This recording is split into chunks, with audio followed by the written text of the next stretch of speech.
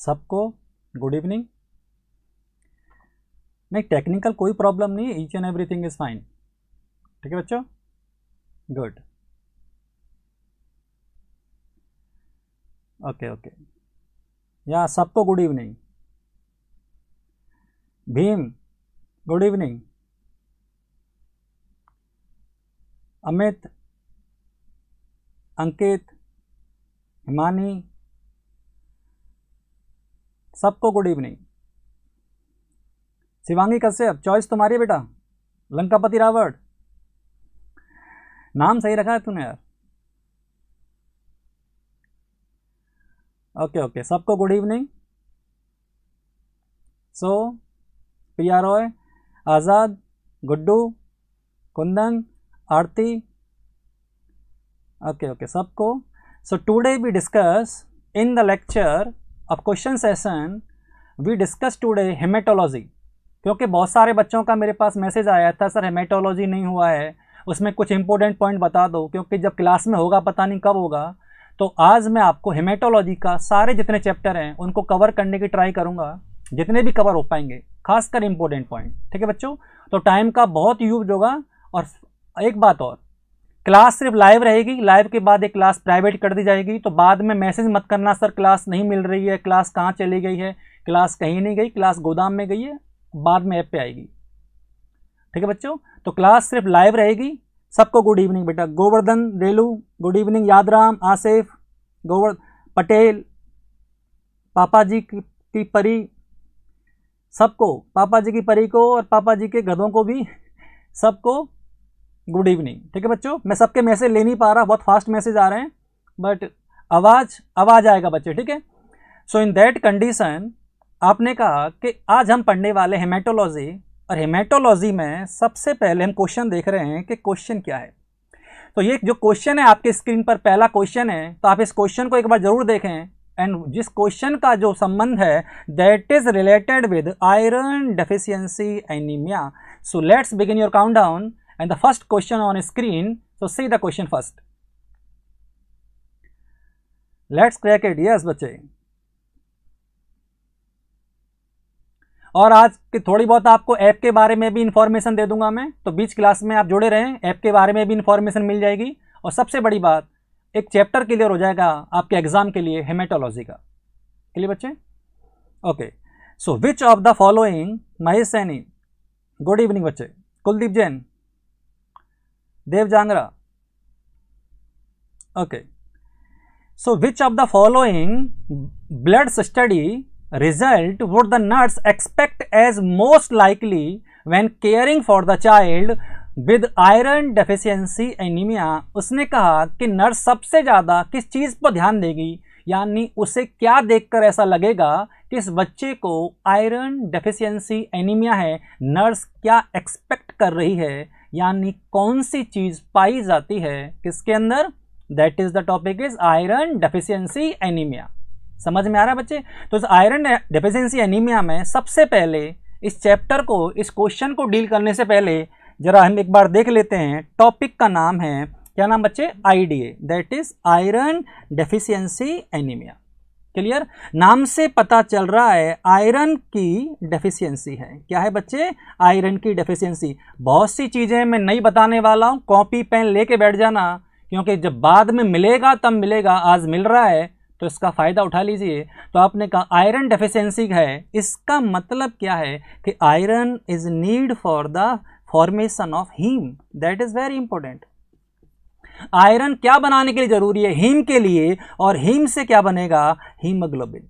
तो अगर आप ये कह रहे हो किसी में आयरन की कमी है, इसका मतलब अल्टीमेट ये कहा जाएगा कि उसके अंदर हीमोग्लोबिन की कमी है, और जब हीमोग्लोबिन की कमी है it means the condition is anaemia.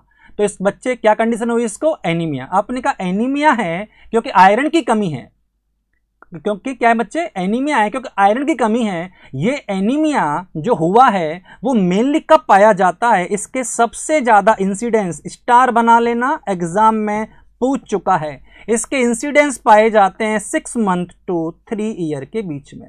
कि आयरन डेफिशिएंसी एनीमिया बच्चों में सबसे ज़्यादा कब पाया जाता है, 6 महीने से लेके और 3 साल के टाइम पे सबसे ज़्यादा आयरन पाया जाता है। अब उस क्वेश्चन को जो मैं दो दे रखा था, ये क्वेश्चन है डायग्नोस्टिक इन्वेस्टिगेशन से।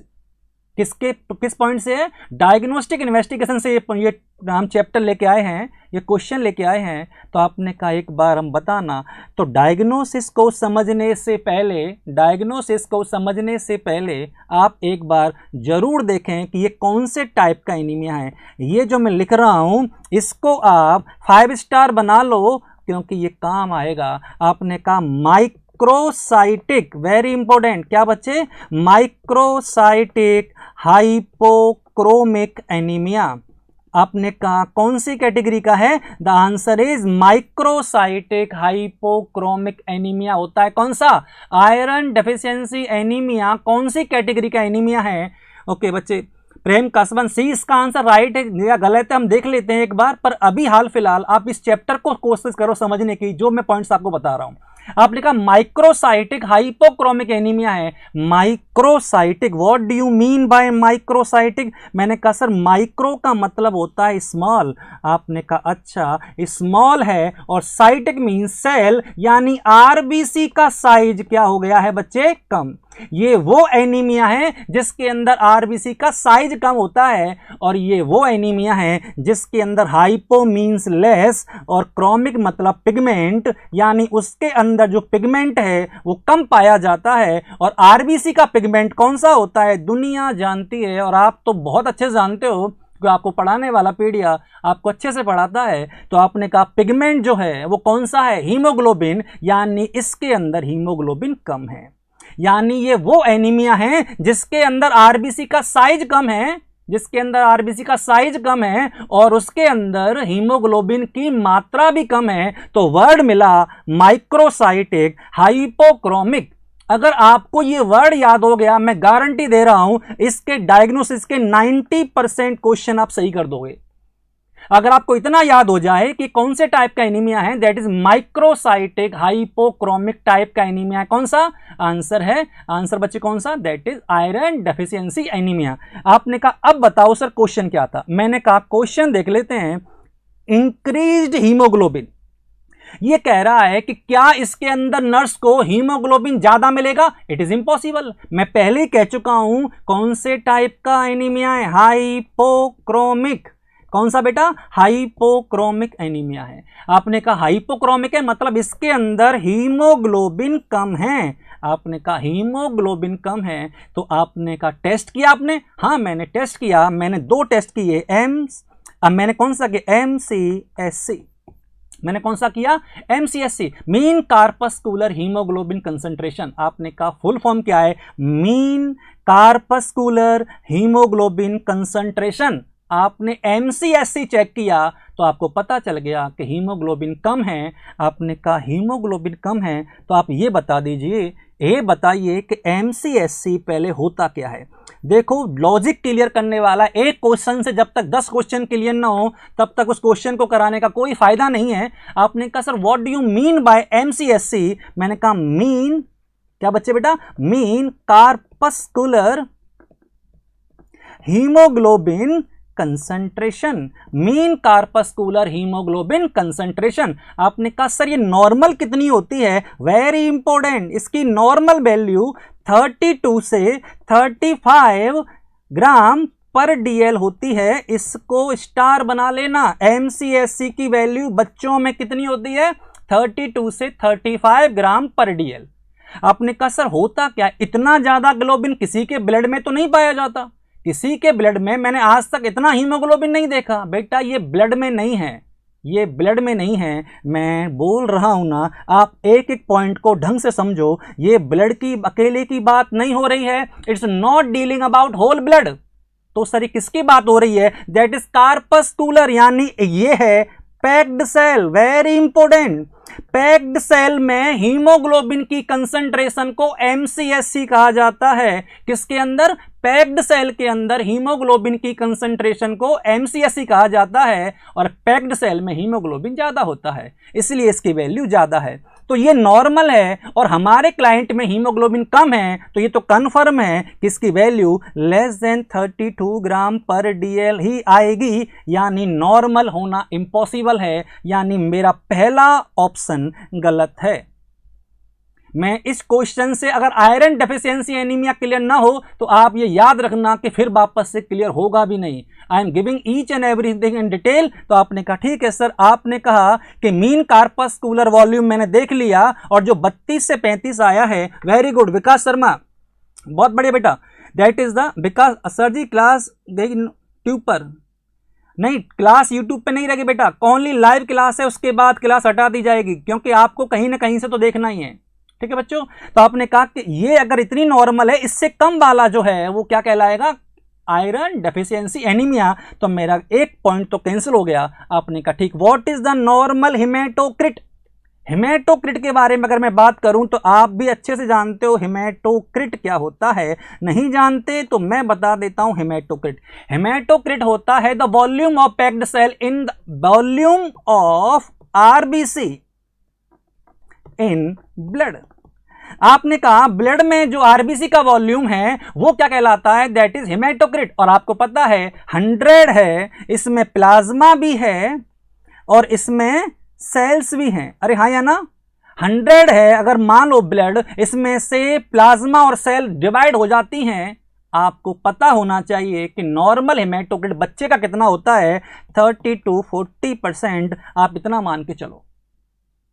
अरे हाँ है ना, तो हिमेटोक्रिट यानी हिमेटोक्रिट को क्या कहा इसने, नॉर्मल हिमेटोक्रिट। नॉर्मल हिमेटोक्रिट नहीं हो सकता क्योंकि इसके अंदर आरबीसी काउंट कम होगा, यानी आरबीसी उतनी नहीं होंगी जितने मेरे और आपके ब्लड में, उतनी आरबीसी नहीं मिलेंगी। और जब उतनी आरबीसी नहीं मिलेंगी तो मैं ये कह सकता हूं कि ये कंडीशन नॉर्मल नहीं होगी, हिमेटोक्रिट का वैल्यू कम होगा। क्योंकि हीमोग्लोबिन और आरबीसी कम हो रहे हैं तो हिमेटोक्रिट भी कम होगा। क्या इतना समझ में आया सबको? तो ये ऑप्शन भी गलत है। अब है last option, normal total binding capacity. इसके बारे में एक बार देखते हैं ये क्या कहना चाह रहा है। इसको भी मैं गलत प्रूफ कर दूंगा, बस एक बार आप लॉजिक के साथ जोड़े रहना। आपने कहा टोटल आयरन बाइंडिंग कैपेसिटी, इसको कैसे प्रूफ करोगे? तो एक बात सुनो, ये आयरन है और इसको बाइंड करने की कैपेसिटी, बाइंड कैपेसिटी होती है, बाइंड कैपेसिटी वाली कौन होती है? प्रोटीन। कौन होती है बच्चे? प्रोटीन।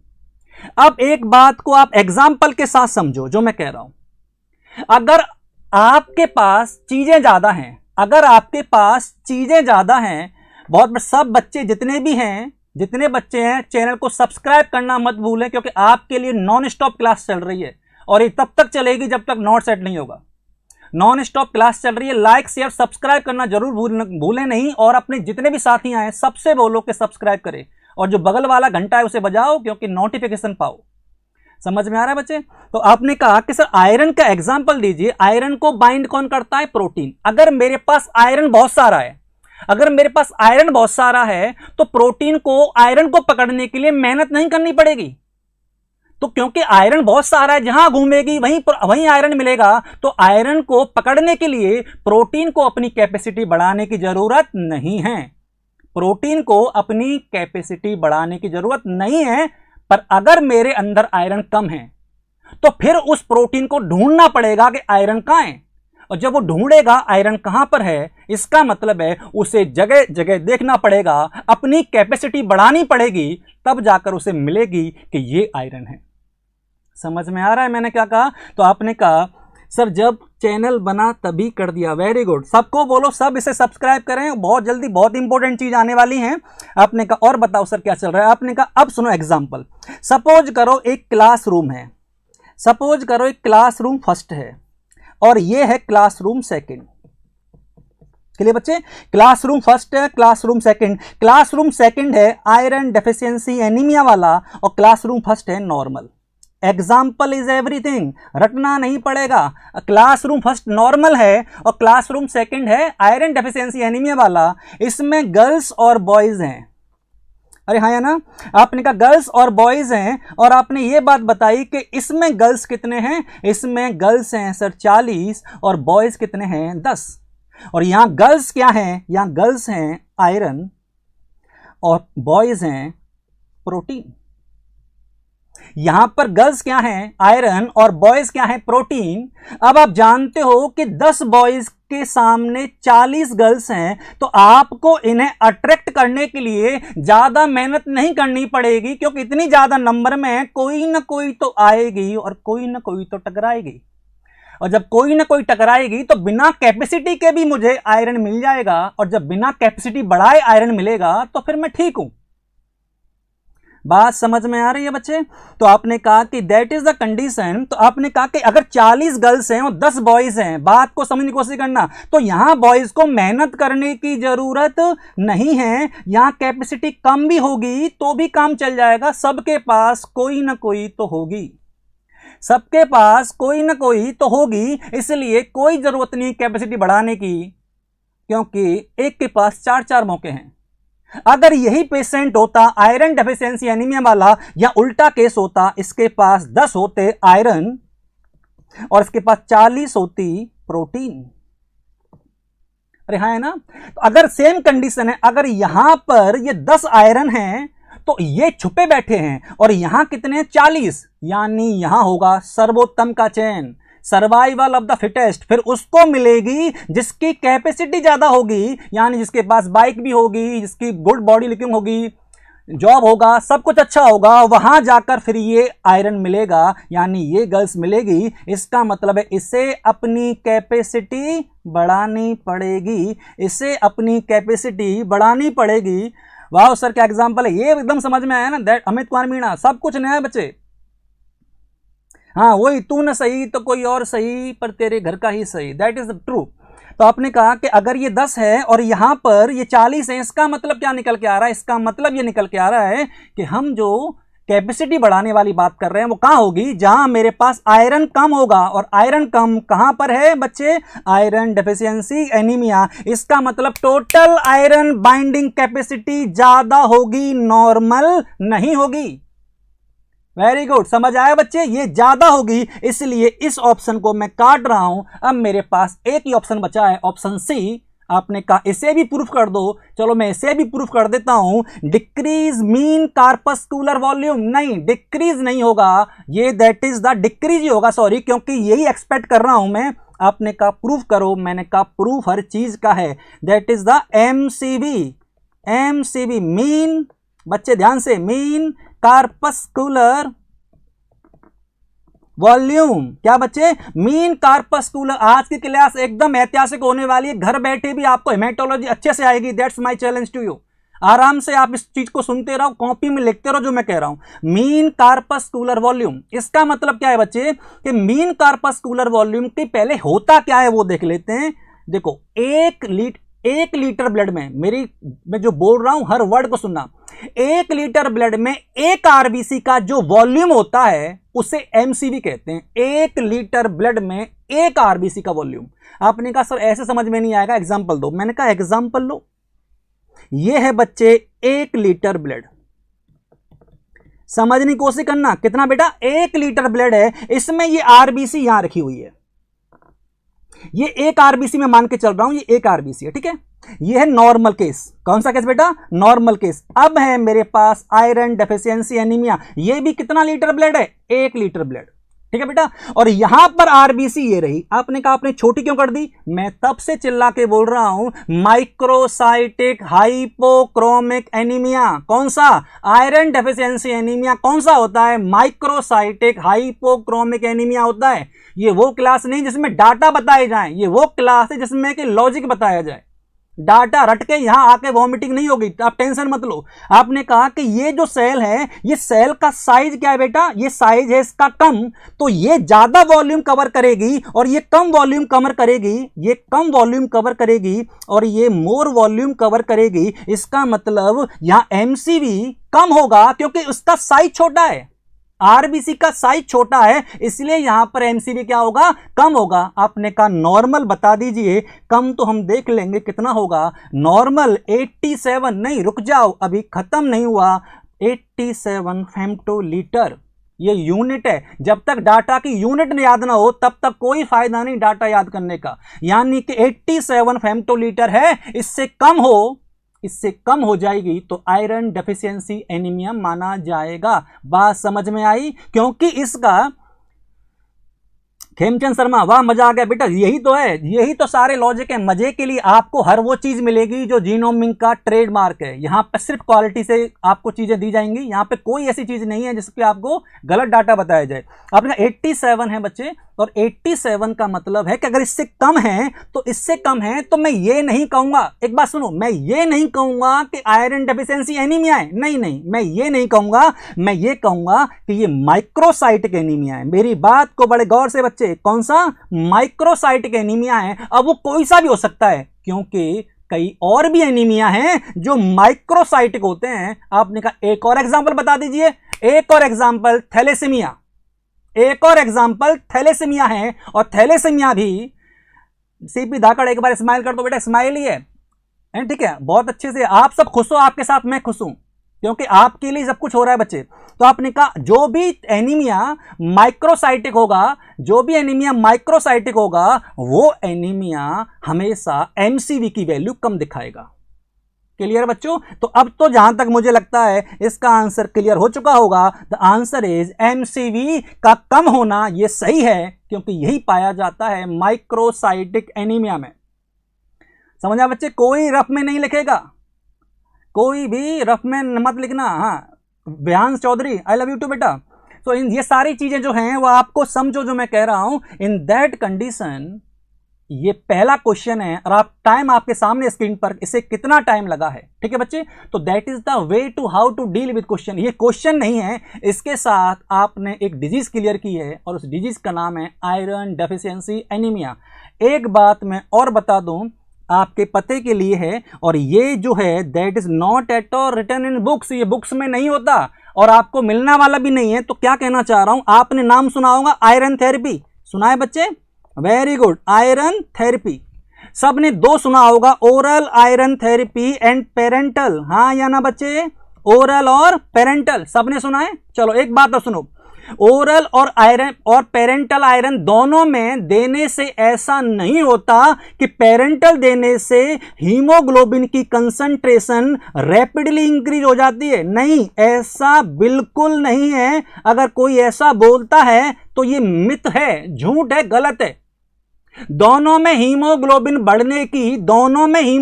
बढ़ने की स्पीड सेम होती है, चाहे ओरल दो चाहे पेरेंटल दो, दोनों में हीमोग्लोबिन बढ़ने की जो स्पीड है वो सेम होती है। बस फर्क इतना है, पेरेंटल तब देते हैं जब बच्चा ओरल आयरन को टॉलरेट नहीं कर पा रहा हो।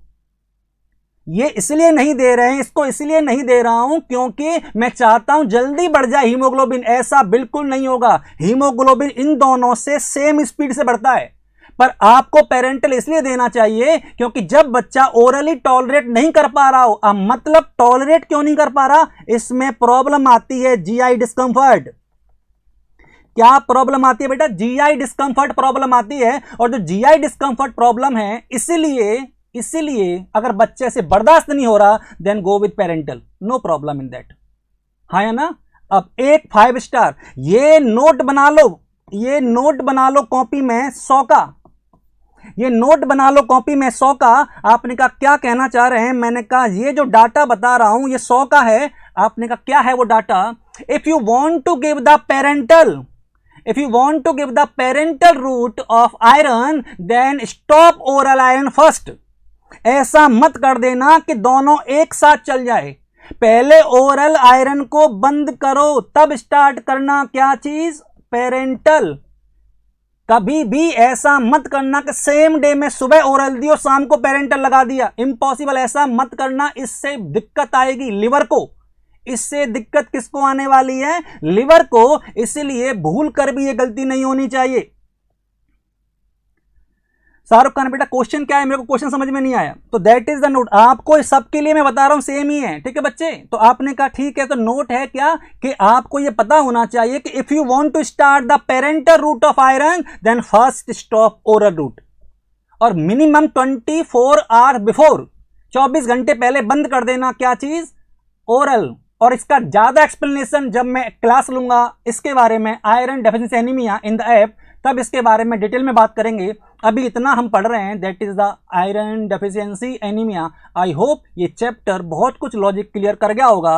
अब हम आगे चलते हैं, ठीक है बच्चों। ओके, वेरी गुड, बहुत बढ़िया। और सब इसको अभी सब्सक्राइब कर दें चैनल को, और सब इस चैनल को लाइक और शेयर जरूर करें, क्योंकि ये जितना लोगों तक पहुंचेगा उतना हमें मोटिवेशन मिलेगा, और जितना हमें मोटिवेशन मिलेगा हम उतना बेटर आप लोगों के लिए करेंगे, ठीक है बच्चों। तो आपने कहा next question discuss second question. इसमें काफी सारी स्लाइड हो गई हैं, देखा आपको। ओके, सेकंड क्वेश्चन आपके सामने स्क्रीन पर, second question. Okay, very good. So that is the which of the following health technique regarding the sickle cell crisis, very important.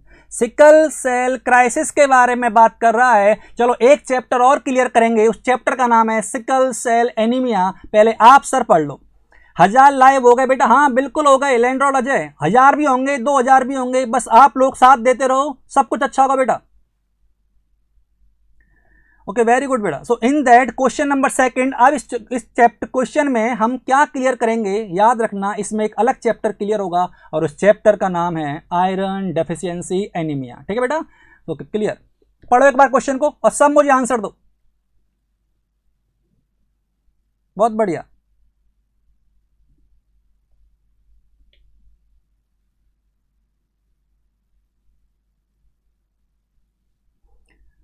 Okay बच्चे, क्वेश्चन आने लग गए हैं। कुछ लोग कह रहे हैं ए, बहुत बड़ी, यस पवन ने ए कहा है, अनु दीक्षित बी कह रहे हैं, और वनश्री बी, सीमा बी, नीरज बी, बहुत बढ़िया, स्वाति बी, बहुत बढ़िया, बी आ रहे हैं सबको। जिन्होंने अभी तक टेलीग्राम पे लिंक शेयर नहीं किया है, सब लोग टेलीग्राम को ज्वाइन कर लें, जिससे कि आपको हर बात नोटिफिकेशन में मिल जाए, ठीक है बच्चों। बहुत बढ़िया। ऑनलाइन में भी बेटा, ऑनलाइन में भी ऑफलाइन जैसा मजा आएगा। आप एक बार जब क्लास देखोगे वीडियो में, आपको हर चीज अच्छी मिलेगी। ओके, बी आंसर आने लग गए हैं, बहुत बढ़िया। बबीता, सपना, जितेंद्र, सुरेंद्र, अमित, बहुत बढ़िया बेटा, बहुत स्पीड से आंसर आ रहे हैं। मैं चाहता हूं हर बच्चा आंसर दे, हर बच्चे को आंसर देना चाहिए। जितने भी बच्चे हैं, कोई भी ऐसा ना हो जो आंसर ना दे। सही गलत के लिए मैं बैठा हूं, यहां पर गलत भी निकलेगा तो एग्जाम में गलत नहीं होगा, ये गारंटी है बच्चे। बहुत बढ़िया। खेमाराम, राहुल, हर बच्चे को आंसर देना बेटा। तमन्ना, त्रिदेव, दांगी, बी, बहुत बढ़िया, सब बहुत बढ़िया, सबके आंसर बेटा आने लग गए। बी को लॉक कर दिया इकबाल खान ने, बहुत बढ़िया।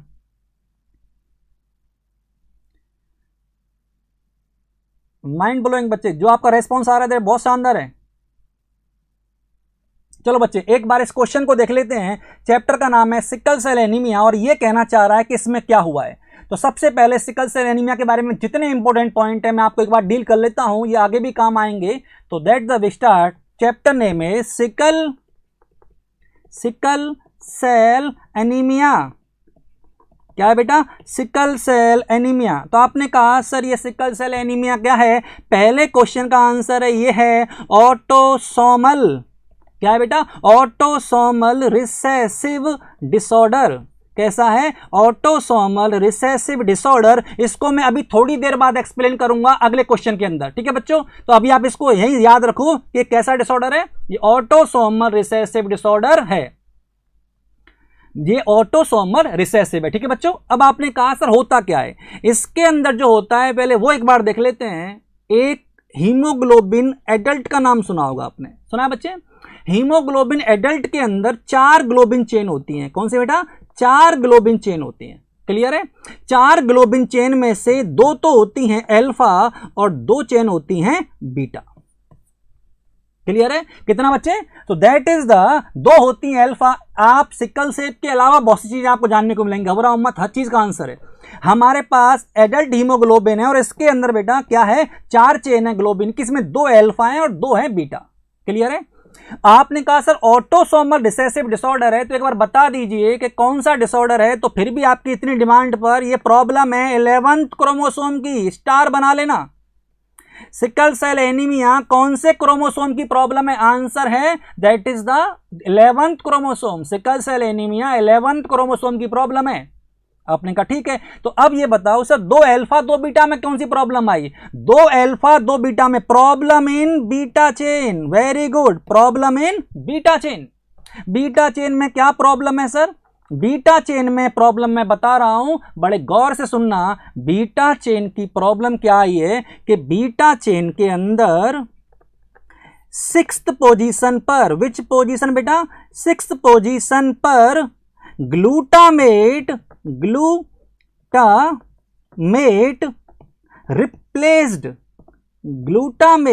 Replaced by valine amino acid. Very important, जो ग्लूटामेट है उसको किसने रिप्लेस कर दिया? ग्लूटामेट की जगह कौन आ गया? वेलिन। कौन आ गया? ये एग्जाम में आप 100% गलत करोगे, आपको ये नहीं पता पड़ता किसकी जगह कौन आया है। 2 वर्ड सबको याद हो जाते हैं, ग्लूटामेट वेलिन, पर ये नहीं पता पड़ता कि किसकी जगह कौन आया है। तो ये समझ लेना, आ गया वेलिन किसकी जगह? ग्लूटामेट की जगह। तो इसका मतलब है कौन सी पोजीशन पर? 6th पोजीशन पर। कुछ जो लोग हैं इसको ऐसे बोलते हैं कि this is the problem of 6th chromosome. नहीं बेटा, ये प्रॉब्लम 6th क्रोमोसोम की नहीं है, problem is 11th chromosome. Problem of 11th chromosome. 6 तो बेटा पोजीशन है किसकी? इस अमाइनो एसिड की। क्या नाम है इसका? ग्लूटामेट की पोजीशन है कौन सी? 6th। तो 6th क्रोमोसोम नहीं है, क्रोमोसोम तो 11th है। ठीक है बच्चे, 11th तो क्या है बच्चे? क्या है? 11 तो क्रोमोसोम है, पोजीशन है इसमें 6वीं। उस पर ग्लूटामेट की जगह कौन आ गया? वेलिन। कौन आ गया? वेलिन। आई होप इतना समझ में आ रहा होगा आपको। आपने कहा ठीक है सर, हम देख लेते हैं। आपने कहा और बताइए, इन द नेक्स्ट कंडीशन अब हम देख रहे हैं कि इसमें क्या क्या होगा। ग्लूटामेट वेलिन की जगह क्या होना है वो देखते हैं। अब जो प्रॉब्लम है, ध्यान से बच्चे, उस ग्लूटामेट की जगह वेलिन आने से ABA adult haemoglobin replaced by HbS sickle haemoglobin. Very important, HbA replaced by HbS। आपने का पूरा ये डिपेंड करता है CVIT के ऊपर, पार्शियली और कंप्लीटली। ये हो सकता है जितना ज्यादा होगा उतना डिजीज सीवियर होगा। थोड़ा बहुत भी रिप्लेस हो सकता है, सारा भी रिप्लेस हो सकता है, बट ये कंफर्म है HbA रिप्लेस हो गया है किससे? HbS से। Very good. अब HbS क्या करता है? ये बनाता है मेटा HbS। क्या बनाता है बच्चे? मेटा HbS क्या होता है? ग्रुप। किसका ग्रुप? ये झुंड है। किसका झुंड? आवारा हीमोग्लोबिन का। आवारा हीमोग्लोबिन कौन है? HbS। आवारा क्यों कह रहे हो इसको? क्योंकि इसका कुछ काम नहीं है। आपने कहा सर हीमोग्लोबिन तो काम करता है, हीमोग्लोबिन तो ऑक्सीजन को कैरी करता है। ये नहीं करता, तभी तो कह रहा हूं आवारा है। This haemoglobin can not bind with oxygen. इसके पास क्षमता ही नहीं है ऑक्सीजन को पकड़ने की, तो ये आवारा ही घूमेगा। और कोई भी चीज आवारा घूमती है तो नुकसान करती है, और ये जो नुकसान कर रहा है उस डिजीज का नाम है सिकल सेल एनीमिया। बात समझ में आ रही है बच्चे? Clear? So that is the condition. आपने कहा ठीक है, तो अब हम मेटा HbS अभी पूरा नहीं हुआ। मेटा HbS ने क्या होता है बच्चे? ध्यान सुनना। इन डेफिशिएंसी ऑफ ऑक्सीजन ये बनाता है पॉलीमर। क्या बनाता है? पॉलीमर। तो आरबीसी के अंदर हीमोग्लोबिन के पॉलीमर बन गए, और आरबीसी के अंदर हीमोग्लोबिन के पॉलीमर बन गए, तो आरबीसी की शेप सिकल शेप हो गई। और जो सिकल शेप बनी, इस वजह से ये जो आरबीसी है वो एक के ऊपर एक जम गई। ये जो है that is sickle. Sickle means हंसिया। खेतों में दरांती देखी है ना, खेतों में जब काटते हैं सिकल यानी हंसिया होता है, उसे कहते हैं सिकल। तो सिकल शेप हो गया है कौन? आरबीसी। तो आपने कहा सिकल शेप हो गया आरबीसी। मैं ये बताना चाह रहा हूं कि प्रॉब्लम कहां है, जड़ में जाना है अपने को, फिर आंसर अपने आप आ जाएगा। तो आपने कहा प्रॉब्लम कहां है, तो प्रॉब्लम सिकल शेप हो गई किसकी बच्चे? आरबीसी की। अब देखो ये सिकल शेप आरबीसी बेटा, फिर ये सिकल सेप आरबीसी, फिर ये सिकल सेप आरबीसी, ये सारी सिकल सेप आरबीसी एक के ऊपर एक जमती जाएंगी, और जब ये जम जाएंगी अच्छे से तो इनका नाम पड़ेगा बच्चे, इसे कहते हैं सिकलिंग। क्या कहते हैं इसको? सिकलिंग। तो सिकलिंग पाई जाती है सिकल सेल एनीमिया में, और सिकलिंग की वजह से हो जाता है ऑब्स्ट्रक्शन। क्या हो जाएगा बेटा? ऑब्स्ट्रक्शन। और ऑब्स्ट्रक्शन होगा किसका? ब्लड फ्लो का।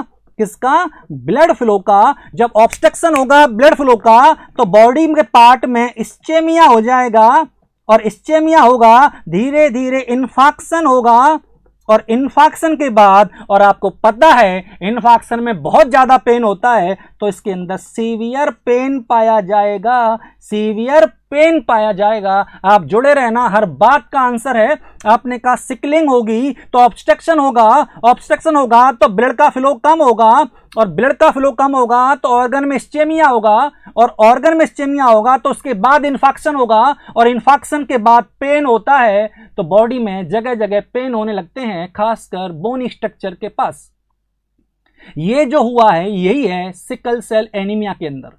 किसके अंदर बच्चे? सिकल सेल एनीमिया के अंदर। क्लियर? और जब कोई डिजीज ज्यादा बदतर हो जाती है, जब कोई डिजीज ज्यादा बद से बदतर हो जाती है, बैड से वर्स हो जाती है, उस कंडीशन को हम कहते हैं क्राइसिस।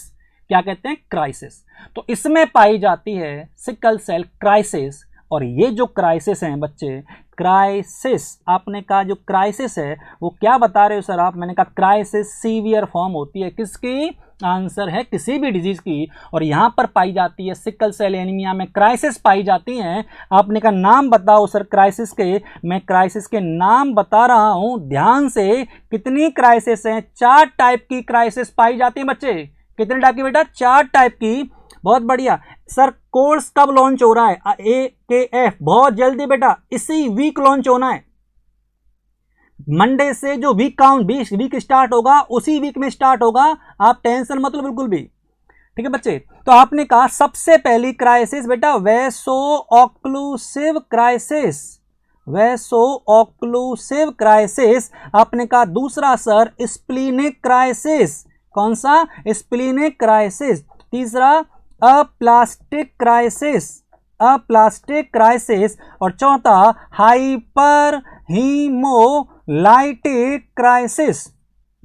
Hyper haemolytic crisis.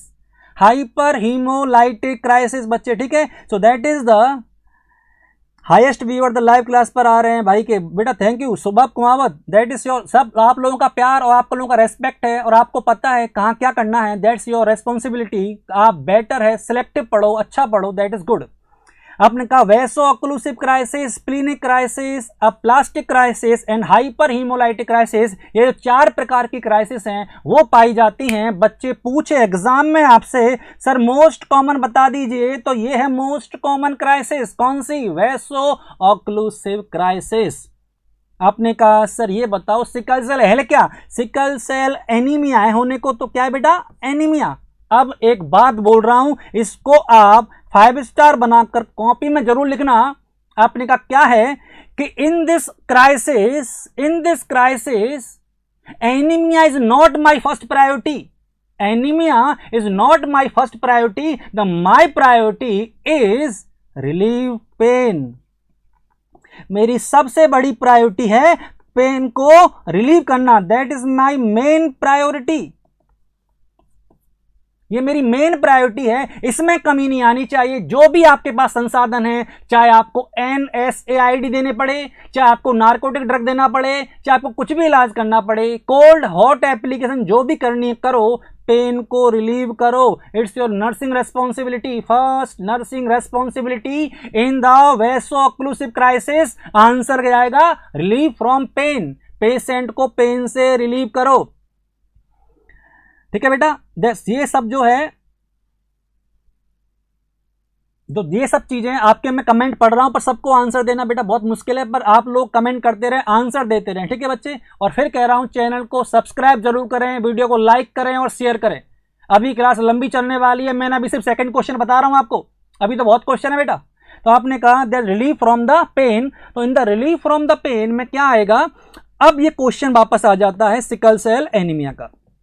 ठीक है बच्चे? देखो It results from altered metabolism and dehydration. No, that is not the altered metabolism problem. ये metabolism की problem नहीं है. Sickle cell anemia is the type of anemia which cause of heredity. ये hereditary anemia है. कौन सा? Sickle cell anaemia. तो ये मेटाबॉलिक डिसऑर्डर में काउंट नहीं होता. तो पहला ऑप्शन गया बेटा. क्लियर बच्चे? विहान चौधरी, मजा आ गया बेटा. ऐसे ही आप सब लोग बस लगे रहें. भाई क्लास नहीं चल रही, नेटवर्क इश्यू. बेटा चल जाएगा नेटवर्क, बाकी सबका आ रहा है तो आपका भी आ जाएगा. ठीक है. देन अगला, increase bilirubin level can cause hypertension. गलत. इंक्रीज बिलिरुबिन होने से वैसे भी ज्यादातर केस में हाइपोटेंशन होता है. क्या होता है बच्चे? हाइपोटेंशन. तो इसमें हाइपरटेंशन का तो वैसे ही रोल नहीं है. So remember that increase bilirubin can cause hypotension. तो ये वाला भी मेरा ऑप्शन गया. हाँ या ना बच्चे? अब देखते हैं, there are decrease clotting factor. ये कौन सी बात? क्लॉटिंग का तो जिक्र भी नहीं होता सिकल सेल एनीमिया में. अगर क्लॉटिंग का पूछना है तो किसकी दुकान पे जाओ? उस दुकान पे जाओ जिसका नाम हीमोफिलिया है. यहां नहीं मिलता. ये क्लॉटिंग की प्रॉब्लम सिकल सेल एनीमिया में नहीं मिलती बच्चे. क्लॉटिंग की प्रॉब्लम सिकल सेल एनीमिया में नहीं मिलती. वो कहां मिलती है? हीमोफिलिया में. तो ये मेरा ऑप्शन भी गलत है. आप टिश्यू हाइपोक्सिया, आपने कहा कैसे हाइपोक्सिया करवा दिया? मैंने कहा हाइपोक्सिया की बात कर रहे हो, मैं इस्चेमिया करवा चुका, मैं इन्फेक्शन करवा चुका. तो हाइपोक्सिया तो बहुत छोटी बात है. आपने कहा कहां करवाया? देखो, ऑब्स्ट्रक्शन, सिकलिंग से ऑब्स्ट्रक्शन, ब्लड फ्लो कम. जैसे ही ब्लड फ्लो कम होगा, जैसे ही ब्लड फ्लो कम हुआ है, हाइपोक्सिया तो सबसे पहले होगा. हाइपोक्सिया के बाद क्या होगा? इस्चेमिया. और उसके बाद क्या होगा? इन्फेक्शन. समझ आ रहा है बच्चे? तो ये तो कॉमन है कि हाइपोक्सिया तो होना ही है. हम बड़ी बड़ी बात कर रहे हैं और छोटी बात हाइपोक्सिया कहां से आई? आपने कहा ठीक है चलो ये हो गया. और बताओ, वस्कुलर ऑक्लूजन. बिल्कुल, वस्कुलर ऑक्लूजन. ये जो ब्लड वेसल्स हैं, इस खासकर वो जो कौन सी वाली हैं? Small blood vessels. Small blood vessels जो हैं बेटा, वो क्या करेंगी? उनकी रुकावट ज्यादा होगी, क्योंकि वहां जब सिकलिंग होगी तो ये आरबीसी एक के ऊपर एक जम जाएंगी. और जब जम जाएंगी तो ब्लड का फ्लो कम हो जाएगा. और जब कम होगा तो फिर कंडीशन वही है, that is the vascular occlusion. तो my answer goes with B, tissue hypoxia and vascular occlusion. अभी सिकल सेल एनीमिया हुआ नहीं है, अभी मुझे और कुछ बताना है, पर अगला क्वेश्चन आएगा तब उसमें बताएंगे. यहां तक आपको सबको समझ में आया? आंसर क्या निकला बेटा? आंसर है B, tissue hypoxia and vascular occlusion cause the primary problem. I hope इतना समझ में आ गया होगा. Good. So next one is, next question बच्चे.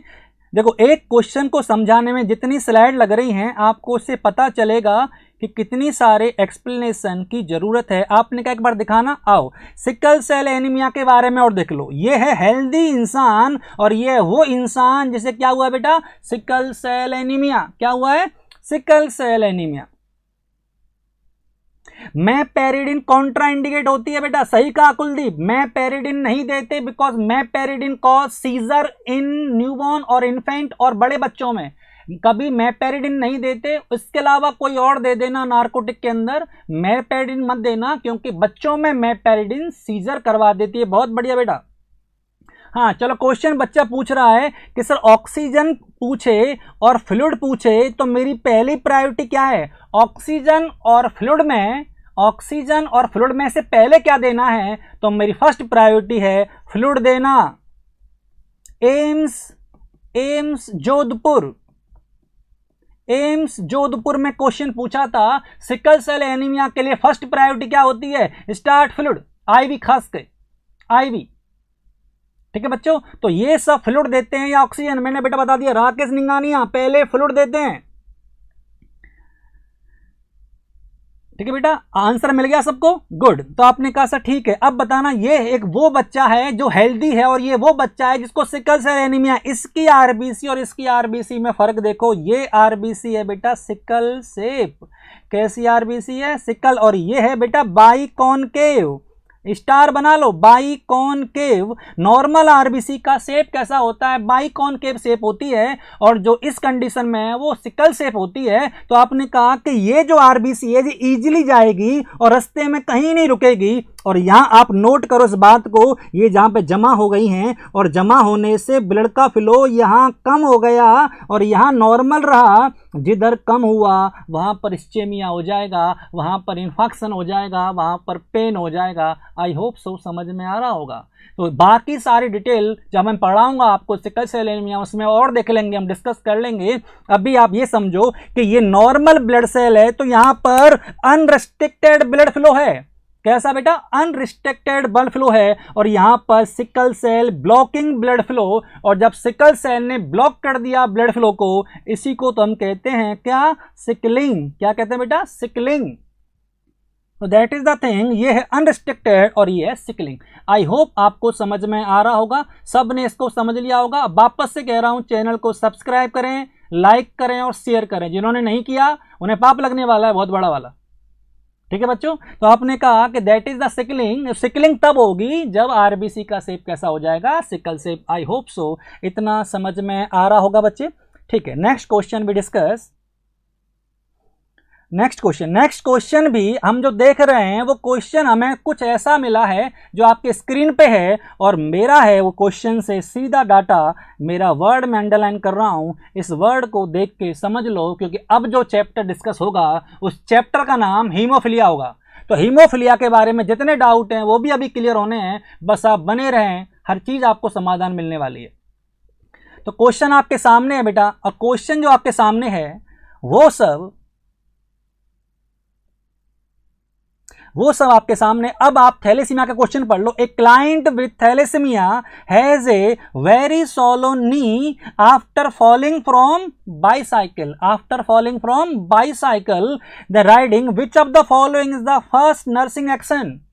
विच of the following is the first nursing action? वो नर्सिंग एक्शन कौन सा है जो आपको करना है जब बच्चा किससे गिर जाएगा? बाईसाइकिल या ट्राईसाइकिल, जिससे भी गिरेगा। गिरने के बाद ये पेशेंट हीमोफिलिया का है, तो आपको पता ही है प्रॉब्लम कहाँ है। इसलिए क्वेश्चन को पढ़ लेते हैं। ये जो क्वेश्चन है इनको एक बार देख लेंगे, पर पहले आंसर आप कर दो। दिलकुशी बैरागी डी को लॉक कर दो, अंशुका डी को लॉक कर दो, ओम प्रकाश डी को, सब ने डी को लॉक करवा दिया। डी घर में लॉक हो गया, डी घर में लॉक हो गया। अब ये बाहर नहीं निकलेगा, आप सब ने इतना फोर्स किया इसलिए।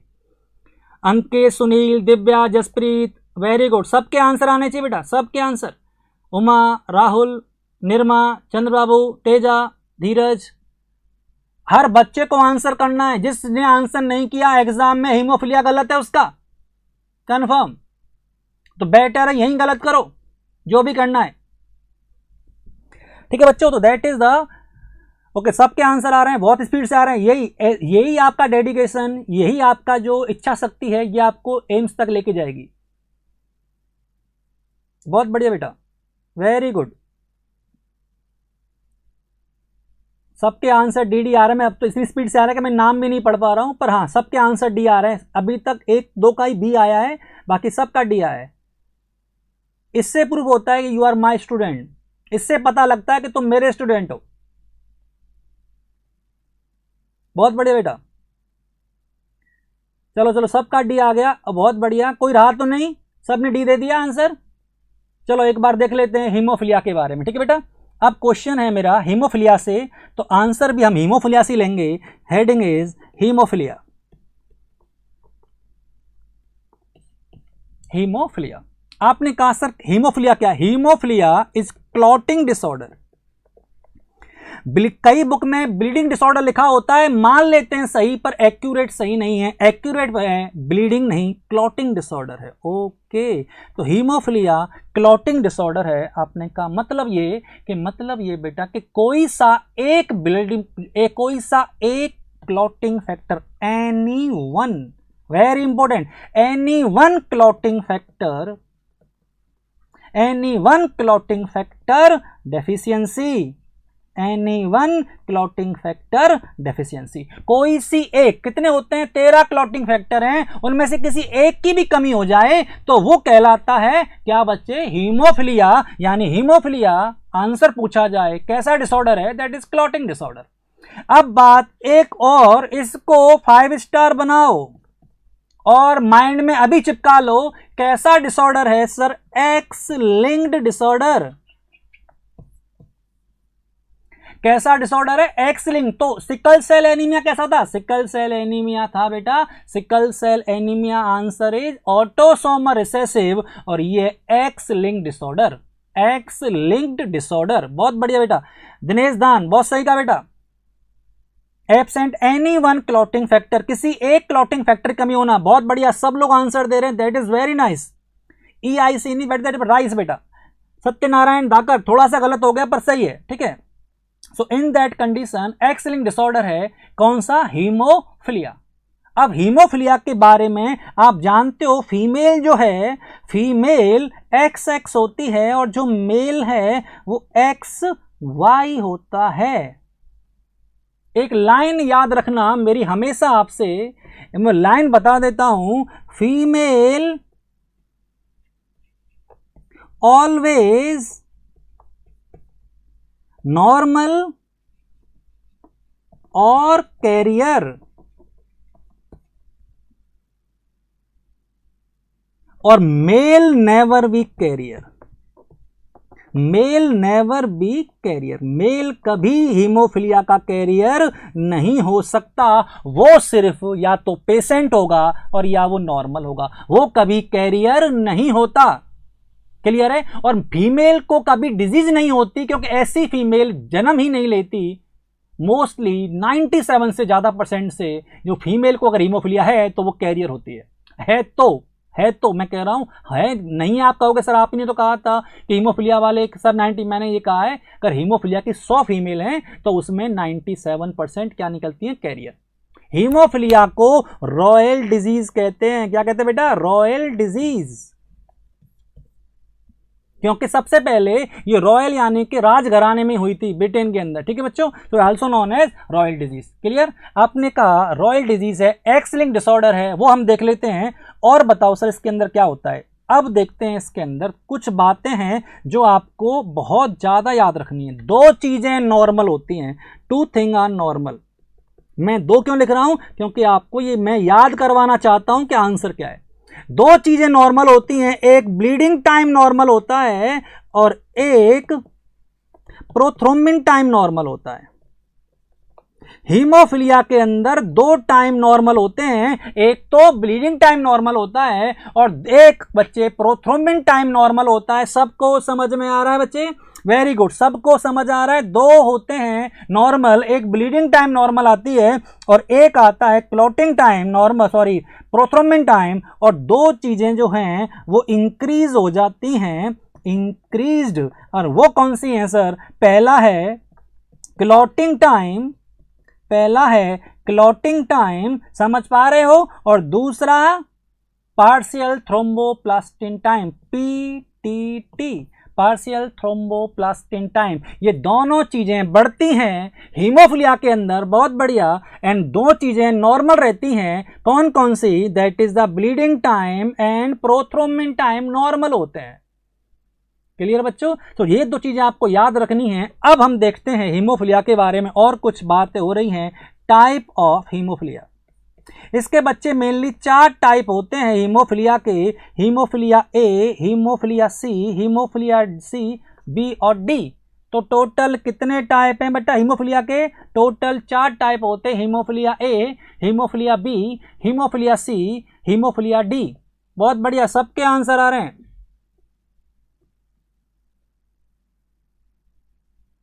AHF बेटा क्या, सुनील क्या लिखना चाह रहा है, एक बार पूरा उसमें बोल। सुनील AHF का मतलब क्या लिखना चाह रहा है, एक बार बता। HF ही बता पूछ रहा है क्या बेटा, एक बार पूरा लिख क्वेश्चन क्या है तभी समझ में आएगा। ठीक है बेटा, तो आपने कहा दैट इज द 4 टाइप के हीमोफिलिया होते हैं। हीमोफिलिया ए के अंदर कमी होती है 8वें फैक्टर की, बी के अंदर कमी होती है 9वें फैक्टर की, सी के अंदर कमी होती है 11th फैक्टर की, और डी के अंदर कमी होती है बेटा 12th फैक्टर की। ये याद रखना। आपने कहा मोस्ट कॉमन कौन सा है सर, तो मोस्ट कॉमन हीमोफिलिया ए। अगर वो टाइप ना दे तो यही है हीमोफिलिया, और हीमोफिलिया ए को ही कहेंगे हीमोफिलिया। बात समझ में आ रही बच्चे? तो दैट इज द कंडीशन। आपने कहा कि मोस्ट कॉमन कौन सा हीमोफिलिया होता है, आंसर क्या निकल के आया, हीमोफिलिया ए होता है most common. Clear? Okay, very good.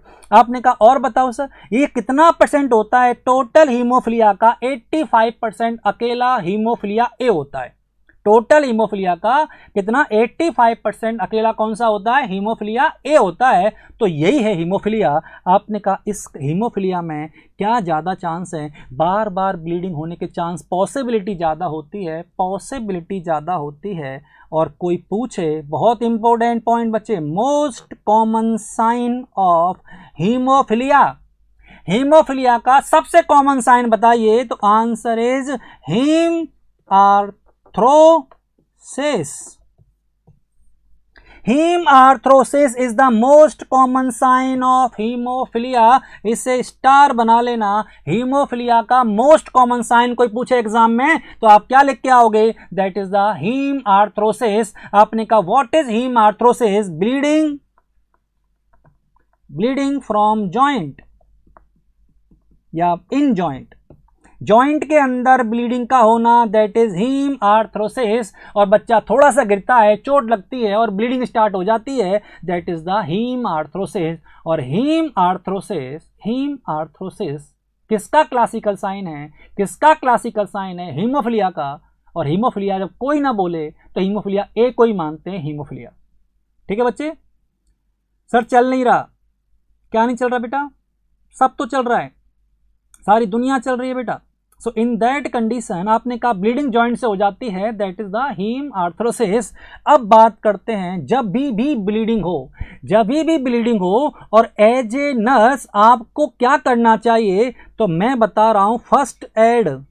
सबसे पहले फर्स्ट एड मैनेजमेंट की अगर मैं बात करूं, जब भी हीम आर्थ्रोसिस हो या ब्लीडिंग हो रही हो तो फर्स्ट एड मैनेजमेंट जो आपको याद रखना है वो है बेटा राइस। क्या नाम है इसका? राइस।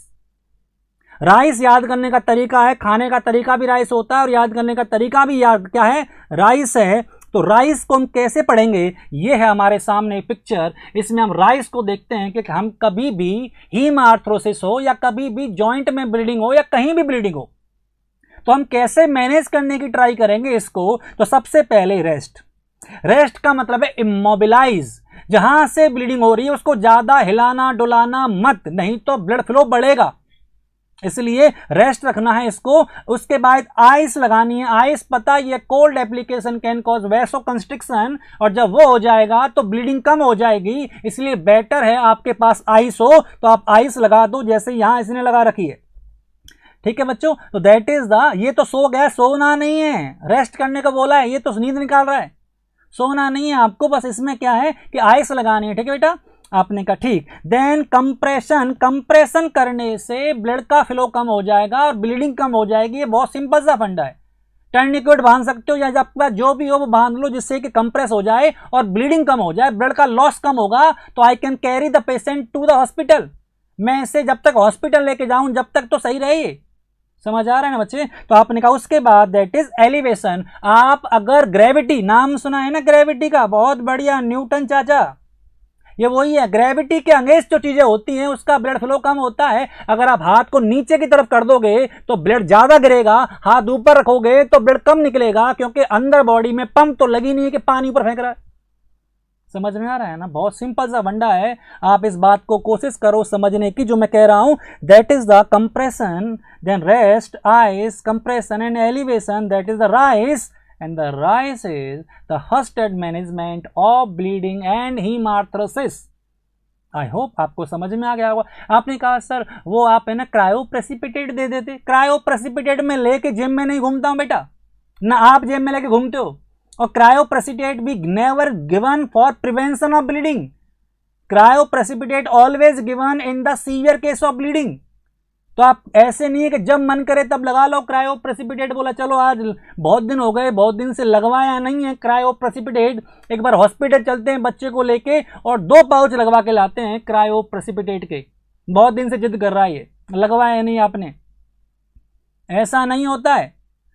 समझ में आ रहा है ना बच्चे? तो आपसे मैं ये कहना चाह रहा हूं कि ये जो चीज आपको दिख रही है वो बहुत सिंपल सा फंडा है कि आप पहले फर्स्ट एड मैनेजमेंट करो, पहले फर्स्ट एड मैनेजमेंट करो, तब हम बाद में सोचेंगे क्या लगाना है। और हर छोटी ब्लीडिंग पर नहीं लगाते cryoprecipitate. We will try to control the bleed by normal way. मैं कोशिश करता हूं कि वैसे ही ठीक हो जाए। समझ में आ रहा है ना बच्चों? तो that is the condition that we discuss about which one, RICE, और that is the management of bleeding, any type of bleeding, specially in case of haemophilia. So that is some introduction of haemophilia, जो मैंने आपको बताया है, जो मैंने आपको बात बताई है। दिव्य प्रकाश बरस रहा है लंकापति रावण, बिल्कुल बेटा। सो इन दैट कंडीशन आपको हीमोफिलिया के बारे में थोड़ा बहुत आइडिया मिल गया होगा। बाकी डिटेल में आराम से पढ़ेंगे जब हम और तुम आमने सामने होंगे और बीच में होगा हीमोफिलिया। तो बिल्कुल आराम से पढ़ना है, कोई दिक्कत वाली बात नहीं आएगी। आपने कहा ठीक है सर, अब आप बताओ क्वेश्चन क्या कह रहा था। देखो क्वेश्चन क्या कह रहा था, दैट इज इंपॉर्टेंट। एक क्लाइंट विद हीमोफिलिया वेरी सोलोनी, ये नहीं कह रहा है कि ब्लड बह रहा है, ये कह रहा है घुटना सूज गया है गिरने के बाद after falling from bicycle. Then which, ये जो घुटना सूजा है यही तो है हीम आर्थ्रोसिस। क्या है बच्चे? Haem arthrosis.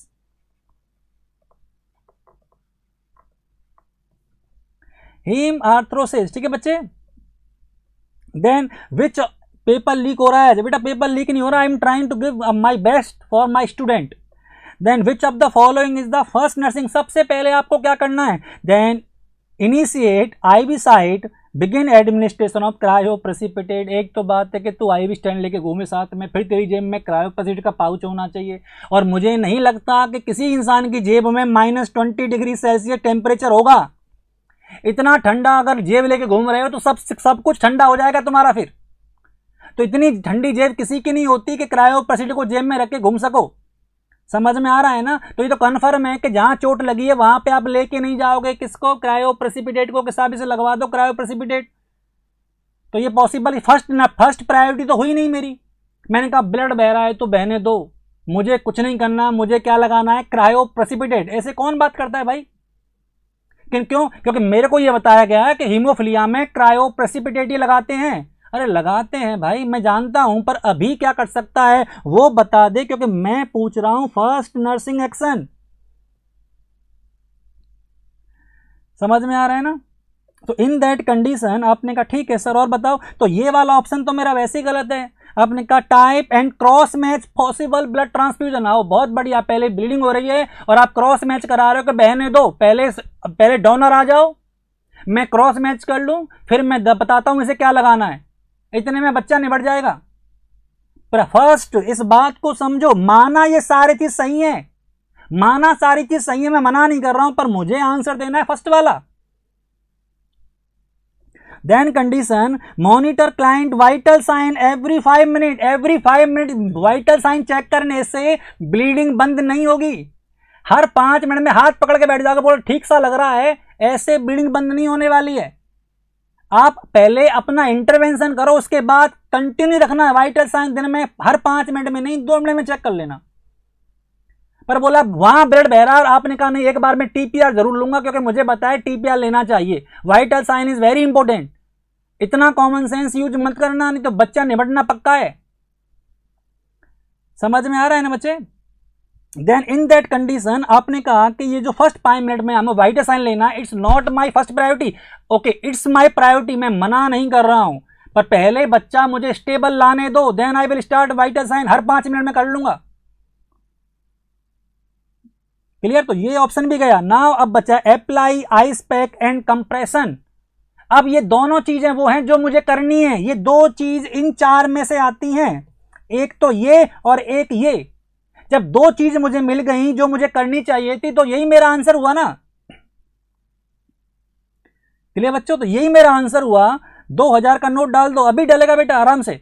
So in that condition that is the RICE, और राइस में से मुझे 2 मिल गए, यही मेरा आंसर है। And I will go with my answer. The name is D, और डी है apply ice pack and compression dressing to the knee.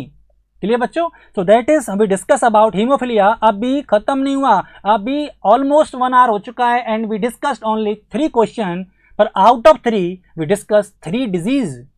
3 disease पढ़ी हमने आज, iron deficiency anaemia, sickle cell anaemia and haemophilia.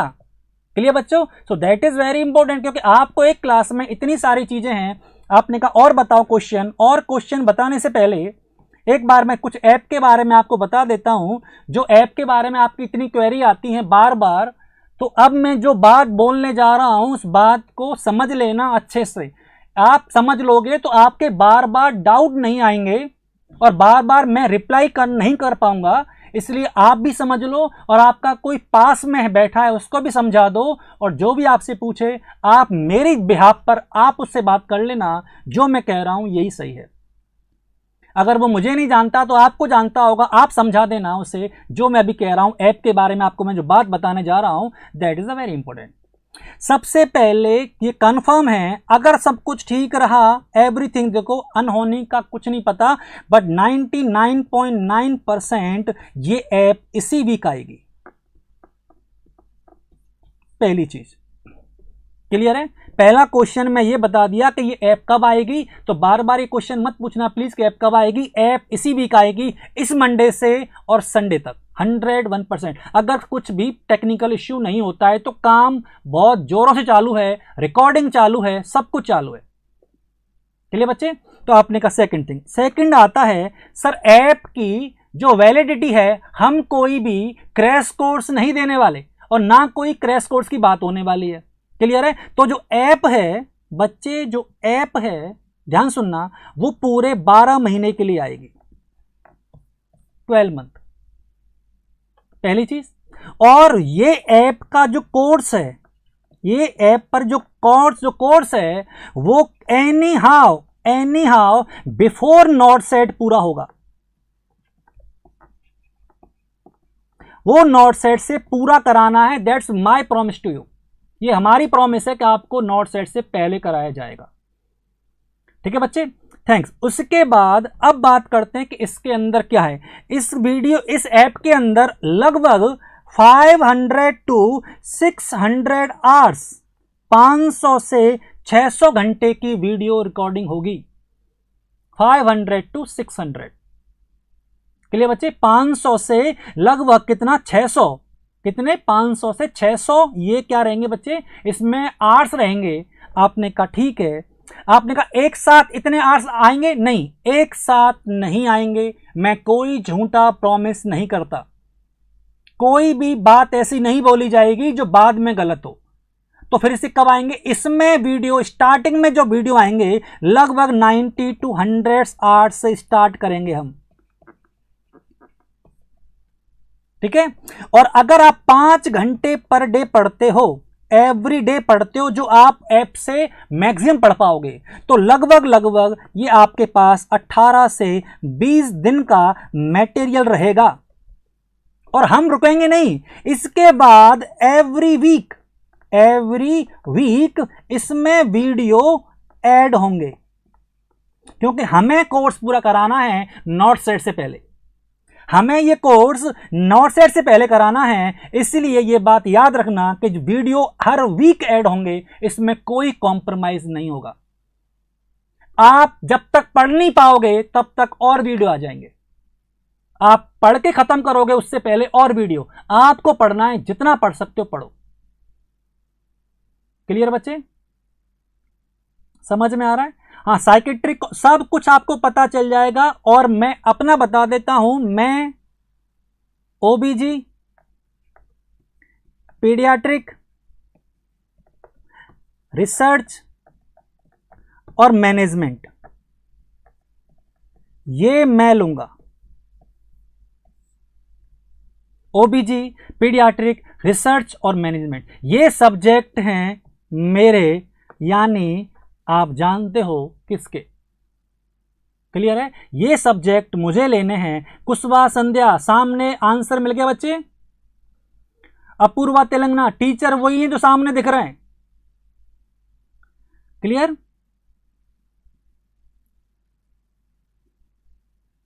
ठीक है बच्चे। अब आपने कहा सब कुछ, और देखो मैं हर टीचर यहां पे क्वेश्चन सेशन ले रहा है। वो जैसे एमएसएन वाले सर हैं, वो कंप्लीट एमएसएन पढ़ाएंगे, पूरी एमएसएन को पढ़ाएंगे। फार्मा वाले सर पूरी फार्मा पढ़ाएंगे हर तरीके से। एनाटॉमी में आपको लगभग 10 से 12 सिस्टम पूरे कराए जाएंगे। सब कुछ आपको डिटेल में मिलेगा। तभी मैंने कहा है 500 to 600 आवर। फंडामेंटल पूरी, कम्युनिटी पूरी, साइकेट्रिक पूरी, न्यूट्रिशन, मैथ, रीजनिंग, सब कुछ, हर सब्जेक्ट मिलेगा। समझ में आ रहा है बच्चे? तो ये सब जो चीज हैं वो आप जरूर याद रखना, क्या क्या चीजें हैं, एक भी ऐसा नहीं होगा। हाँ, टेक्निकल इशू बीच में थोड़ा बहुत हो सकता है, पर आपको हर वीक क्लास मिलेगी, ये प्रॉमिस है। चलिए बच्चे, अब बात करते हैं टेस्ट सीरीज के बारे में। टेस्ट सीरीज, इसमें टेस्ट सीरीज होगी और मैं वही कमेंट करूंगा जो मैं पूरा कर सकते हैं, और इसके अंदर टेस्ट सीरीज वीकली टेस्ट होगा। वीकली टेस्ट होगा, कोई प्रॉमिस नहीं है कि हर 2 दिन में टेस्ट लेंगे या डेली टेस्ट लेंगे, ऐसी कोई प्रॉमिस नहीं है, पर वीकली होगा, ये कंफर्म है। और वीकली भी तब होगा जब एग्जाम की डेट आ जाएगी, क्योंकि क्वेश्चन वो दो जिसमें क्वालिटी हो, क्वेश्चन लाकर क्वेश्चन देने का फायदा नहीं है। वीकली तब स्टार्ट करेंगे जब एग्जाम की डेट आएगी, उससे पहले गैप दे दे के टेस्ट लेंगे। इतना कंफर्म है कि आपके 15 से 20 टेस्ट करा दिए जाएंगे एग्जाम से पहले। और ओल्ड स्टूडेंट्स के बारे में जो भी आप बात कर रहे हो, मैं यहां पढ़ रहा हूं, आपके क्वेश्चन आ रहे हैं, वो सारी चीजें ओल्ड स्टूडेंट को क्या बेनिफिट है क्या नहीं है, वो सब सुरेश सर आपको आके बता देंगे क्लास में, कभी भी जब भी सुरेश सर की क्लास होगी वो सब वो देख लेंगे, आप उनसे बात कर लेना, वो यहाँ पे आके डिस्क्लोज कर देंगे सारा। मैंने वो बताया है जो एकेडमिक काम था, एकेडमिक मैंने आपको इंफॉर्मेशन दी है सारी, ठीक है बेटा। तो एकेडमिक में जो चीजें हैं वो सब आपको समझ में आया, कौन क्या पढ़ाएगा, सारे सब्जेक्ट वही हैं, बहुत अच्छे से मिलेगा, बस आपको पढ़ना है, ठीक है बच्चों। So that is. अब आईफोन के लिए बेटा रॉयल अरब, आईफोन की ऐप अभी नहीं आएगी, अभी एंड्रॉयड के लिए आएगी।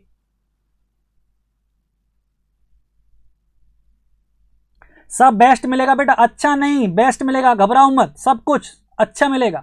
रिक्की, ओबीजी भी शानदार मिलेगी, पीडियाट्रिक भी शानदार, उतना मिलेगा जितना एग्जाम तक लेके जाए आपको और सिलेक्शन करवा दे, इतना मिलेगा। अब ज्ञानी बनाने वाला तो नहीं मिलेगा, बट आपको सारे सब्जेक्ट वैसे मिलेंगे जो एग्जाम में काम आएंगे और एग्जाम में आपको जॉब दिलवाएंगे। समझ आया बच्चे? चलो जैन बेटा, ये बात आप जो पूछ रहे हो वो बात सुरेश सर से बात करना, ठीक है बेटा, वो बताएंगे इस बारे में, ठीक है। सो नाउ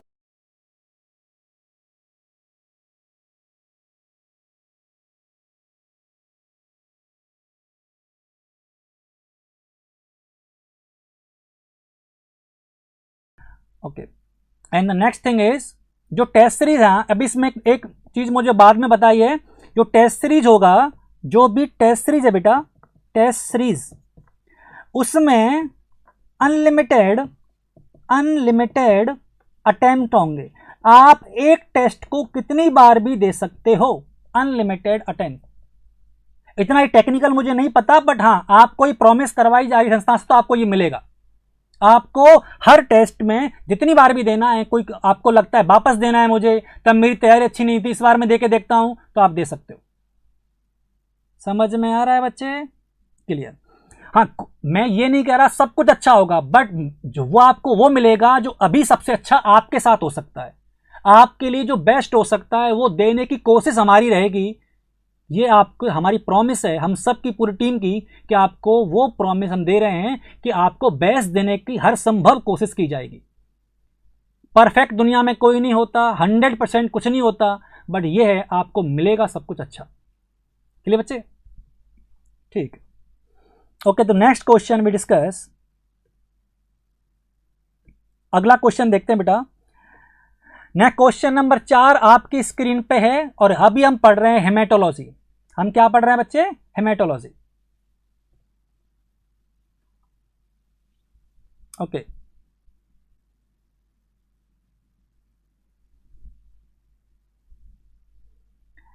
बेटा अब क्वेश्चन पे ध्यान दो। हाँ, एक दिन टाइम मिलेगा तो जरूर करवाया जाएगा इम्यूनाइजेशन, कोई बात नहीं बेटा, जरूर पक्का कराएंगे, ठीक है।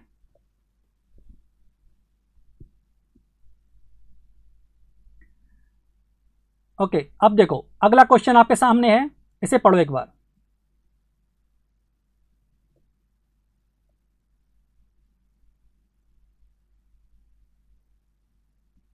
ओके, क्वेश्चन पढ़ो। A client and her husband are positive for sickle cell trait. The client ask the nurse about chances of her children having sickle cell disease, which of the following is appropriate response by nurse? Appropriate response by nurse ये कहना चाह रहा है, एक question सुनो ये क्या कहना चाह रहा है, आंसर भी आने लग गए, बहुत बढ़िया बेटा। सी सबको आंसर देना है, सबको सब्सक्राइब करना है, चैनल को लाइक करना है, शेयर करना है, ठीक है बेटा, गुड, क्लियर है, गुड। सी आंसर है कुलदीप, राकेश, पूर्णिमा, अनीता, अमित, सब लोग आंसर करो, सब कुछ मिलेगा।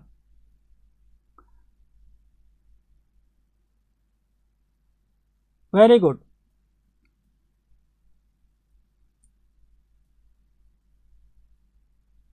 गुजरात में बारिश हो रही है, यहां भी मौसम हो रहा है बेटा, बारिश का भी हुई नहीं है, बट हो जाएगी, तुम चाहोगे तो बारिश भी होगी। क्वेश्चन मैं पढ़ पा रहा हूं, नरेश, किरण, अमर, सीपी, कुलदीप, ओके, इरफान, माही, लंकापति, अजय, राहुल, सीपी धाकड़, वेरी गुड आंसर, बहुत बढ़िया बच्चे। चलो एक बार इस क्वेश्चन को भी देख लेते हैं, क्या इस क्वेश्चन का आंसर होना चाहिए, ठीक है बच्चों। तो क्वेश्चन का आंसर है, इससे पहले एक बार मैं बात कर लेता हूं वापस से, सिकल सेल एनीमिया की, किसकी बात बच्चे, सिकल सेल एनीमिया। अभी अभी मैंने बोला था autosomal recessive disorder, autosomal recessive मैंने कहा था, ऑटोसोम कौन सा बेटा, 11th नंबर का ऑटोसोम है, 11th नंबर का autosome, and that the sickle cell anaemia के अंदर आपने कहा ऑटोसोमल रिसेसिव के अंदर क्या क्या चीजें हैं वो देख लेते हैं एक बार। रिसेसिव आपको पता है, चलो ऐसे बात करते हैं, मेंडल चाचा याद है, मेंडल चाचा का एक रूल था, लॉ ऑफ डोमिनेंस, कौन सा बेटा, लॉ ऑफ डोमिनेंस। उसने कहा कि अगर प्लांट ऐसा है तो ये प्लांट लॉन्ग होगा, अगर ये प्लांट ऐसा है तो भी ये प्लांट लॉन्ग होगा, और अगर ये प्लांट ऐसा है तो ये प्लांट स्मॉल होगा। यानी कि कुछ चीजें ऐसी हैं कि सिर्फ तभी अपनी कैरेक्टर को शो करती हैं जब वो रिसेसिव फॉर्म में होती हैं। आपने का मतलब कैपिटल टी जो है वो डोमिनेंट है, कैपिटल टी जो है वो डोमिनेंट है, कैपिटल टी डोमिनेंट है, और जो स्मॉल टी है वो रिसेसिव है। यहां तो ये लॉन्ग है, मेरे को समझ में आ गया, और ये छोटा है, समझ में आया। ये क्या हुआ, ये एक स्मॉल और एक स्मॉल, एक कैपिटल था, ये भी लॉन्ग है क्योंकि ये जो टी है वो डोमिनेंट है और ये जो टी है वो रिसेसिव है। तो कैरेक्टर उसका आएगा, कैरेक्टर उसका आएगा जो डोमिनेंट होगा, और जो डोमिनेंट होगा वो कौन सा होगा, कैपिटल टी। यानी कि कोई भी डिजीज अपने लक्षण, अपने फीचर तब दिखाएगी अगर वो डिजीज कैसी है, रिसेसिव, जब उसकी दोनों एलील पर डिजीज होगी, जब उसकी दोनों एलील पर डिजीज होगी वो तभी अपने कैरेक्टर को दिखाएगी। मोनू कुमार सोशियोलॉजी बेटा तू पढ़ाएगा इस बार मेरी तरफ से। विहान चौधरी क्या है बच्चे, पूछ बेटा क्या पूछ रहा है विहान चौधरी, सुनो सर सुन रहा हूं, बोल। दिल्ली एम्स 1 2 3 4 वेलकम, स्वागत है आपका दिल्ली एम्स 1 2 3 4। मैं तुम्हारा ही वेट कर रहा था बेटा, पूछो, अरे पूछो जल्दी, क्या पूछना था।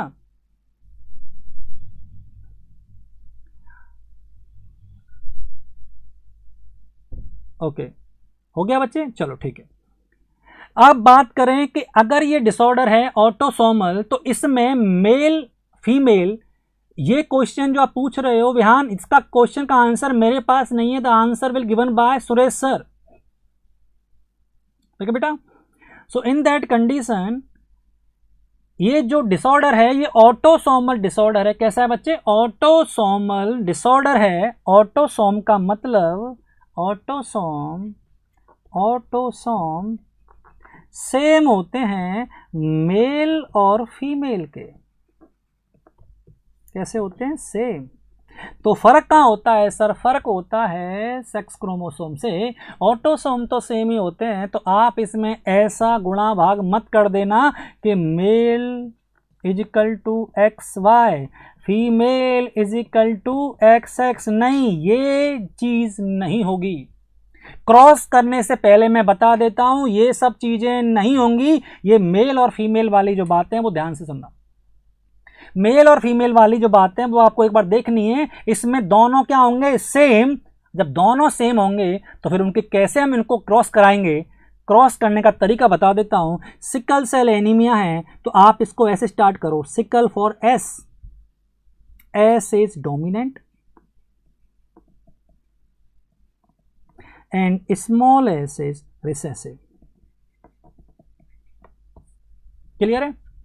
अगर मैं बात करूं फादर की तो अगर मैं ये कहूं कि फादर ये है तो ये क्या हो गया, नॉर्मल। अगर फादर ये है तो ये क्या हुआ, कैरियर। हंसराज गुजर, नॉट सेट एग्जाम सितंबर में होने के चांस सिर्फ 1 से 2% है, सिर्फ 1 से 2% के नॉट सेट में हो। नहीं तो कब हो ये, सितंबर में। सितंबर में तो लास्ट ईयर भी नहीं हुआ जब कोरोना बहुत कम था। समझ में आ रहा है? इस बार तो कोरोना बहुत है। जब लास्ट बार अक्टूबर में हुआ है, 8 अक्टूबर को हुआ है शायद, तो इस बार अक्टूबर के लास्ट तक जाएगा या हो सकता है नवंबर तक जाए। ठीक है बच्चों, गुड।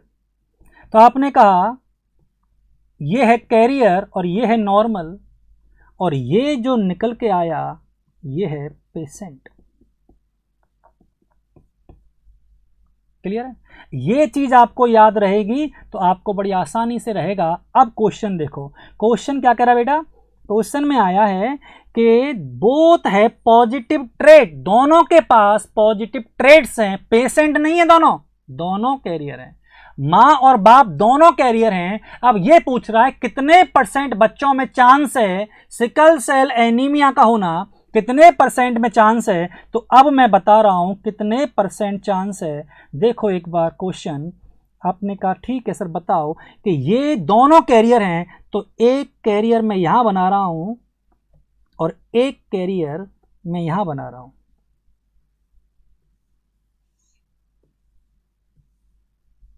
ये क्रॉस कराया कैपिटल S, ये क्रॉस कराया कैपिटल S स्मॉल s, ये क्रॉस कराया कैपिटल S स्मॉल s, और ये क्रॉस कराया स्मॉल s। तो बच्चे टोटल कितने बच्चे हैं, 4। कितने बच्चे हैं बेटा, 4। अब क्वेश्चन सुनो, ये कैसा है सर, नॉर्मल, ओके। ये दोनों कैसे हैं सर, ये कैरियर। फिर ये क्या है सर, दैट इज पेशेंट। 4 में से एक पेशेंट, 4 में से एक पेशेंट है। आशीष मीना सर मेरी भी सुन लो प्लीज, सुना भाई, सुना बेटा।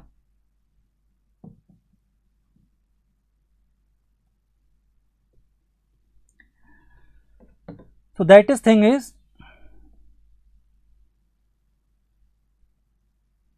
so that is the condition। आपने कहा कि 4 में से एक है, 4 में से एक है, इसका मतलब ये है कि इसको 25% क्या है, 25% चांस है हर बच्चे को सिकल सेल एनीमिया होने का।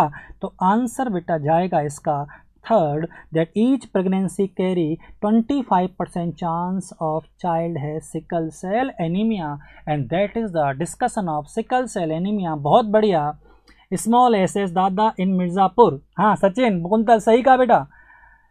सो दैट इज द कंडीशन। इसी के साथ अब हम खत्म करते हैं आज का क्वेश्चन सेशन। आई होप आपको बहुत सारे डाउट क्लियर हुए होंगे, बहुत सारी बातें समझ में आई होंगी। आप इन सब को, और हाँ एक बात और, आपको जो नोट्स मिलेंगे, जो PDF मिलेगा ऐप के अंदर, वो PDF फ्री होगा। उस PDF का कोई चार्ज नहीं होगा अलग से। एक बार ऐप लेने के बाद कोई चार्ज नहीं होगा। नोट्स आपको फ्री में प्रोवाइड कराए जाएंगे। आपको सॉफ्ट कॉपी मिलेगी, आप हार्ड कॉपी निकाल लेना। समझ में आया बच्चे? निशा किशन कोई बात नहीं बेटा, गलत हो जाता है, सही जगह पढ़ोगी नेक्स्ट टाइम तो आपका गलत नहीं होगा। निशा आपका क्या है, थोड़ा कंसेप्ट क्लियर नहीं है बेटा, ठीक है? चलो कोई बात नहीं। सो आज की क्लास में जितना भी आपको बताया है सब कुछ मैंने जो चीज़ें हैं आपको बता दी हैं। ऐप से रिलेटेड जो भी डाउट है बता दिए हैं। बाकी का जब कभी सर आएंगे, कोई भी सर क्लास लेंगे, वो आपको बाकी की इन्फॉर्मेशन दे देंगे। कोई भी बात घबराने वाली बात नहीं है। तो थोड़ा सब्र से काम लो, पेशेंस से काम लो, अच्छी चीज़ मिलेगी। थोड़ा वेट करो। ठीक है बच्चों, आई होप आपको समझ में आ गया होगा। थैंक यू, गुड नाइट, शुभ रात्रि, सब्बा खैर। और जाने से पहले लाइक, शेयर एंड सब्सक्राइब जरूर कर दें चैनल को, क्योंकि चैनल आप ही का है, हम सब का है। और चलो ये क्लास के बाद में डिस्कस कर लेंगे। Good night.